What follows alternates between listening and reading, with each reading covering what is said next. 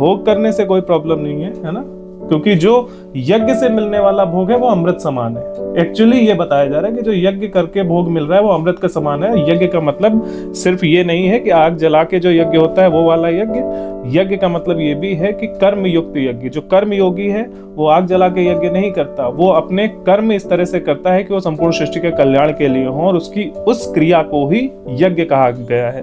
और इस क्रिया को करने के बाद उन्हें जो भोग प्राप्त होता है उस भोग को अमृत समान कहा गया है। उस भोग को माया नहीं कहा गया है। वो भोग माया नहीं होती, वो भोग जो है वो अमृत होता है। और इस तरह का भोग करने वाले लोग परब्रह्म परमात्मा को प्राप्त होते हैं। इसके विपरीत यज्ञ ना करने वाले पुरुष, जो लोग इस तरह के कर्म नहीं करते, मतलब सृष्टि कल्याण के लिए जो लोग कार्य नहीं करते हैं बल्कि सिर्फ अपनी भोग विलासिता के लिए ही कार्य कर रहे होते हैं, जो भोग प्राप्त करने के लिए सिर्फ कार्य कर रहे होते हैं, ऐसे लोग मनुष्य लोक में भी कभी सुख से नहीं रह पाते। पर लोग तो बहुत दूर की बात है। तो ऐसा कैसे होता है कि जो दूसरों के लिए कर्म कर रहा है उसको जितना मिल रहा है वो उसमें संतुष्ट है, वो उसके लिए अमृत के समान है।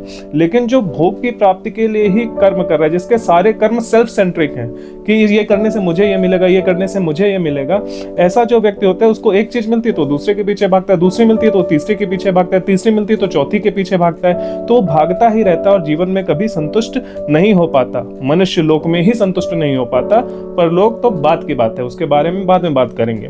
तो जिन लोगों को यही नहीं समझ आता है कि हमें कार्य किस लिए करना है, यज्ञ क्या है, किस तरह के कर्म करने से मुझे सुख प्राप्त होगा, उन लोगों से परलोक की बात करना व्यर्थ है। उनको पहले इस लोक में सुख से कैसे रखना है ये समझाने की जरूरत है, अगर वो समझना चाहे तो।